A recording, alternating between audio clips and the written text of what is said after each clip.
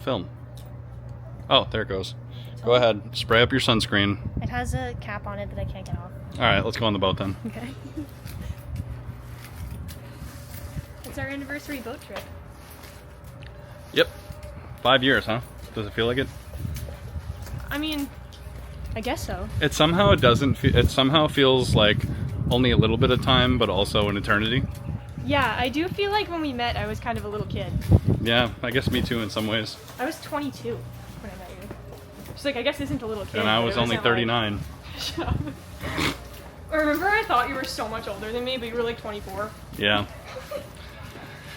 All right. I guess I'll shut this off so we can get on the boat. All bags. We're making a vlog. Are subject to search. That's fine. All right.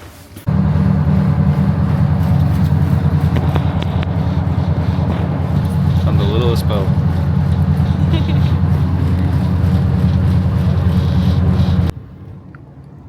Here we are at Peddocks Island.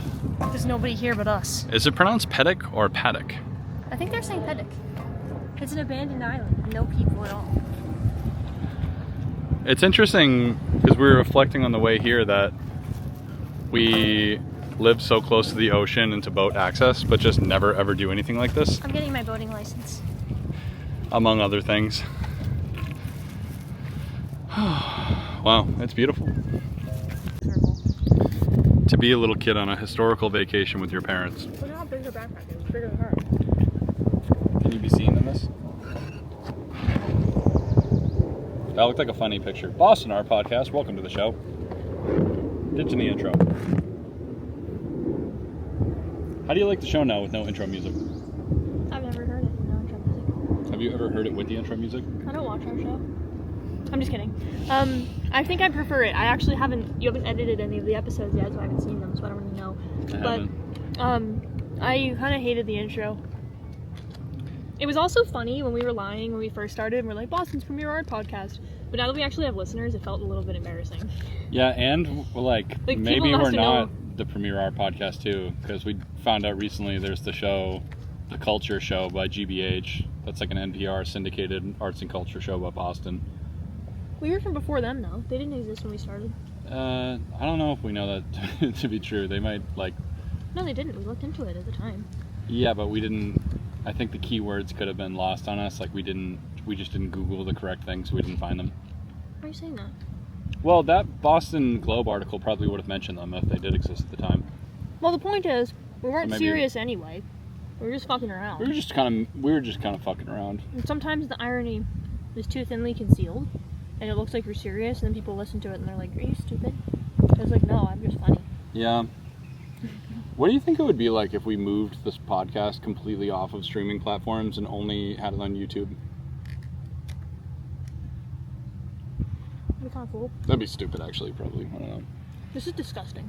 You gotta power through it, though, because we forgot lunch, and now we're on Peddocks Island Me in the and middle of Patty. the Boston Harbor with no food. We packed no provisions. That's not true. We packed provisions, Yeah, but we someone ate didn't- all of them before we even got on the ferry. Because we didn't eat lunch.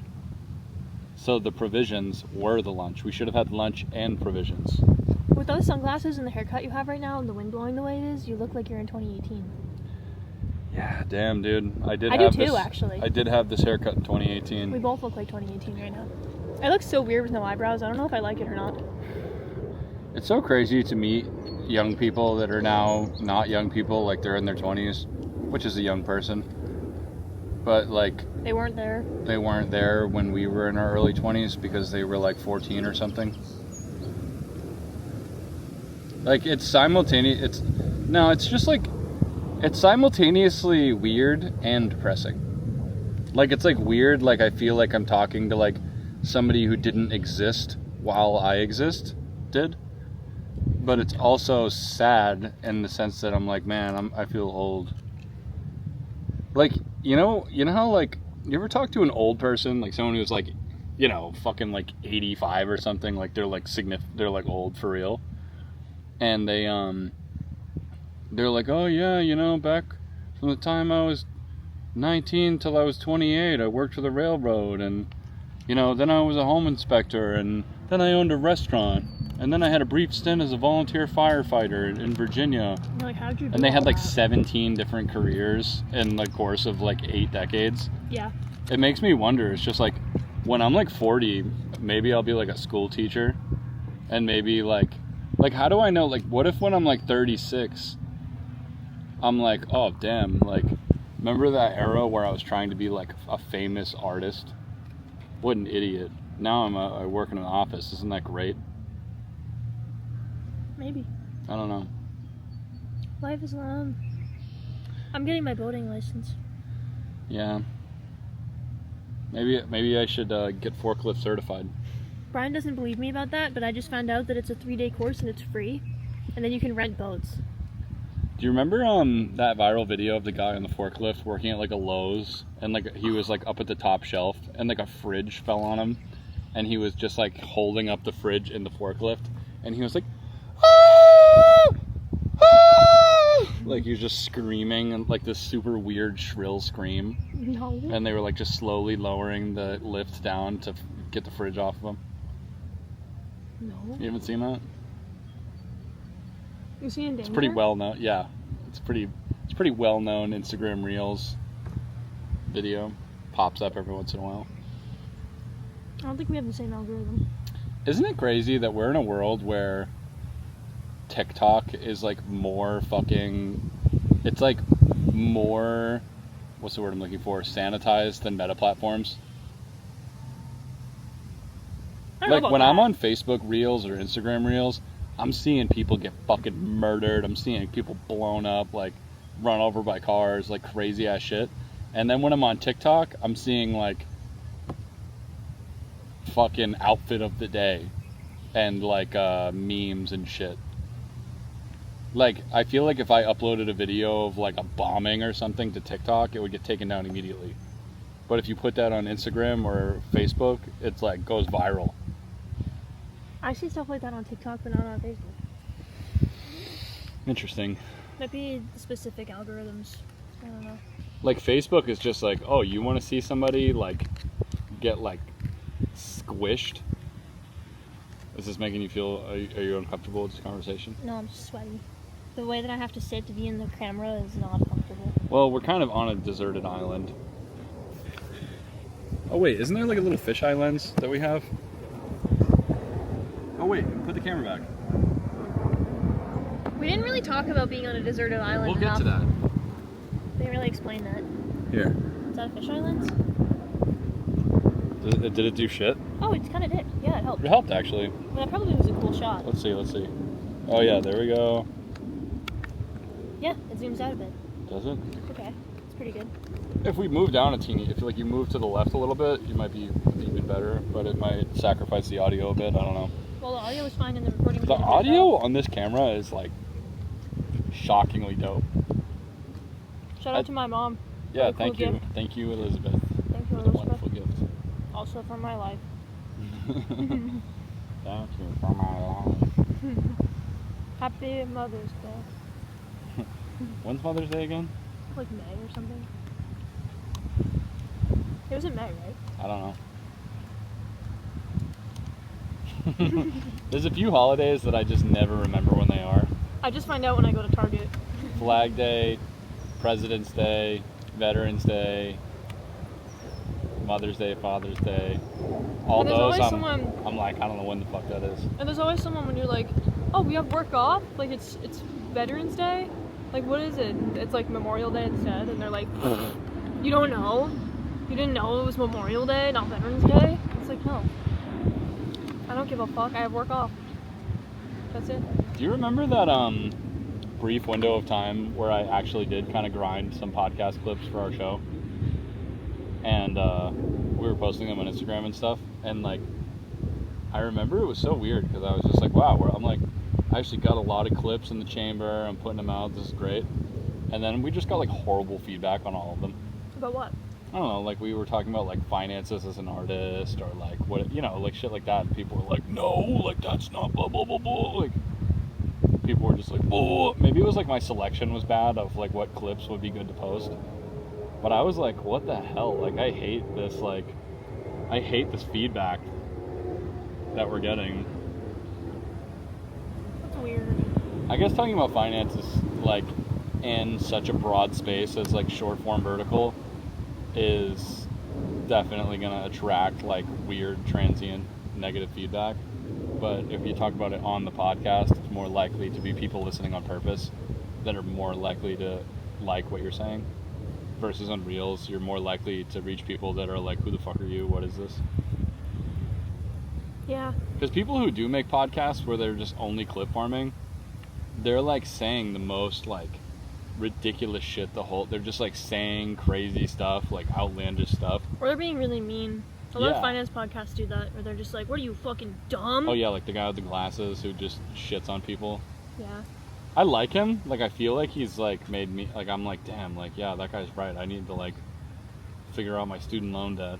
The advice that he gives is so obvious though. Like, he's like, you don't have a savings account? And then he calls the girl like an idiot. And she's like, what? I only collect Funko Pops. What's his name? Caleb? Yeah. Caleb something. I almost said, yeah. It's entertaining, but it's just like not that like insightful. I am so mad that we didn't pack sandwiches. Or like I want a sandwich. Bathing suit. Yeah, we didn't bring a bathing suit either. Or flip-flops. Yeah. We just kind of put on our sneakers and came to an island. Yeah. And there's no shops. No What was nothing. that stupid ass show that was made by the Hill House guy that was about like an island and like the devil was on the island or something? Oh, the one with the church? Yeah. Midnight Mass? Midnight Mass, yeah. Or, yeah, Midnight Mass. Because there's also the Midnight Club, which we watched by accident. God, that show was fucking buns, dude. But it was Bullshit kind of also baloney. good. Like, it had some cool moments. Like, it had some nice young adult fiction moments. It was like going to a haunted house feels. Yeah, but it was just like, what the fuck is this? Like, who made this? What's that guy's name? Flanagan? Mike Flanagan. What a fucking piece of shit. I'm just kidding. We're still gonna have fun on this island, Theo. Even though there's a vampire demon on it. That's dressed in an 80s trench coat. Yeah. That was a pretty good one. That one I liked. That was Mike Flanagan show too, wasn't it? Hill House? No. No, it wasn't. It was American Horror Story. Was he the same guy? No, that's Ryan Murphy. Oh yeah. The one where the one where there were vampires on Cape Cod that were dressed in Oh, I 80s trench coats. fucking loved that season so much. It wasn't Cape Cod, it was P-Town. Yeah. Underrated as fuck. Yeah, it was during an era where American Horror Story had completely lost its like. Lost the plot. It lost its focal. Like it was American Horror Story for a moment was center stage of pop culture. Like during the Tumblr era, American Horror Story, like Coven, Murder House, like Yeah. even like Asylum, like and some like a lot of American Horror Story content was super like youth mainstream, but it's like Not anymore. It's not. It's there came a time where I feel like all of its original fans were just like, "What are you doing?" I think everyone was mad at them when they brought in Lady Gaga, and then after that, people were even more mad that Kim Kardashian. Exactly. Well, I think too there was a shift in the zeitgeist as far as like what is cool. Like I feel like people make fun of this all the time, but I think there is truth to it that millennial pop culture and social media, like we're centered around authenticity. So authentically liking something super fucked up was like what the edgy kids were doing. Yeah. But kids that are younger, like younger Gen Z and stuff, see American Horror Stories like cringe. That's true. Like actually sincerely loving haunted houses and stuff is like millennial core. You know what I was telling my brother about? That he was like, actually, that's so fucked up. I got the reaction that I wanted. He was like, actually, that's such a fucked up thought. It was what I was hoping for. Yeah, like I hate when I tell someone a cool thought. Like, what if this happens? And they're like, no, that's dumb. That's the worst. But but I was like, you know what's a prediction I have is that kids born from like 2020 or like kids born from like maybe 2015 to 2020 age, like babies, are going to grow up with a new type of neglectful or abusive parent. You don't want that? I wanted it. Thank you. Are you sure you don't want it? Yeah, it's okay. It's kind of disgusting. Love that last bite. Love that last bite of my girlfriend's food. But I think they're gonna have a new type of neglectful parent. called phone moms or phone dads, where there's going to be kids that have traumatic memories associated with their mom or their parent just being glued to a phone and not emotionally connecting with them ever. Yeah. And just being just obsessed with online and whatever. And that there's going to be kids that grow into adults that won't use smartphones or social media at all. Like in like the 2030s, we're going to have like young people that just won't use fucking phones. It'll be like some like weird analog, like, because like, you know, there's people who won't smoke or be around cigarettes ever because of like their whatever. There's already young kids that are doing that, like kids that are in college right now. There's like a movement of Luddite kids that I've heard of that. I think you told me about that. I kind of want to do it, honestly, but the thing that's fucked up about it though is that my job requires me to use my personal phone for a lot of stuff, so it put me at a disadvantage professionally actually to do that. But mostly, that's not the real reason. Mostly, it would be really hard. I just would have to not go on Instagram anymore. That would be, like, fucked. It's interesting because I have, like, my problems with social media and think it's fucked up and hurts people. But also, like, and everyone's so worried, like, about young people and what it's doing to their minds and stuff. But I remember that I was so stupid, and so I had no connection to culture. Like, when I was, like, 16 or 17...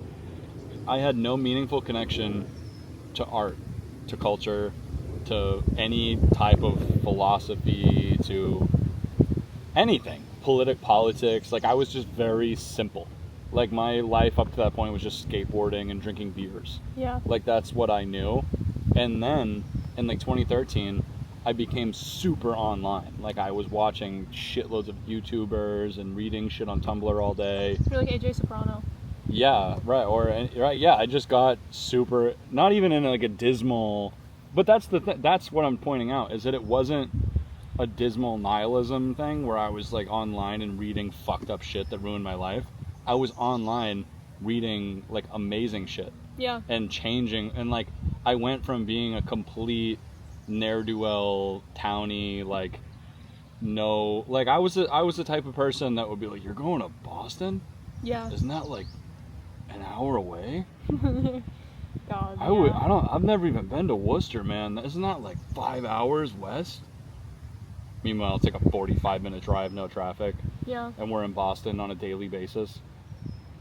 A lot of people are like that, though. Especially like as if somebody is listening that isn't geographically connected to this area, where the South Shore is a completely different region with a completely different culture. Yeah, it's the same culture from the outside, but to us, it's completely different. It's a completely different world, you know? And honestly, I kind of think from the outside, it's different too, because it's hard to explain this until you've been in both places, but the way things work on the South Shore is just much slower. Like right now in my like town's group on Facebook, everyone's flipping out because there is a homeless guy in the town. Yeah, that's the whole story. There's just one homeless guy and everyone fucking hates him, keeps calling the cops on him, and the cops are like, he's homeless, like what do you want us to do? Well, and this lady posted on the group, was like, he called me a bitch one time, and there's like 10,000 comments, and it's like everybody's obsessed with it. Yeah. And like Market Basket drops like a new calzone flavor and everyone knows, like it's not the same. Versus in the city, it's like, in my opinion, normal fucking people who have like jobs and lives, and they go like, I don't know, axe throwing or whatever the fuck. Like there's like stuff going on and it's fast paced. People are talking about like investing and stuff. It's just different. It's a way different way of life. Like city folk and country folk are actually real here, which is. I mean, they're definitely real everywhere, and and it's different. Well, I think one thing that makes being in the city feel faster and more, it's literally because there's more people. Which means that you can rapidly change through social settings and dynamics in a way that can give you whiplash if you're not used to it. That's true. But like the fact that like you can be in your own neighborhood, be in a convenience store, be in a club, be in just be in like or the library or the fucking game store or like the lawn outside of the library, how that's a completely fucking different vibe than inside too. And that can be a rapid change just in going on a walk. Versus you can never experience that range of change in setting and social interaction in a random town on the South Shore. Does that make sense? Yeah. Do we sound stupid right now? No. Oh. I just needed to interject that the battery's dying. Oh, for real? Yeah, and it has the charger pack on it. That's actually not the charger pack. All right. Oh, okay. We can interrupt this. I just didn't want to cut off the episode in the middle if we needed to do other stuff. Let's just do a different segment. Okay. Yeah, Sorry South for Shore. interrupting you. It's different than Boston. Who would have thought? It's like the most dumb thought ever. Of course, it's fucking different. Let's go explore the island. Let's explore the island. Peddocks Island, kid.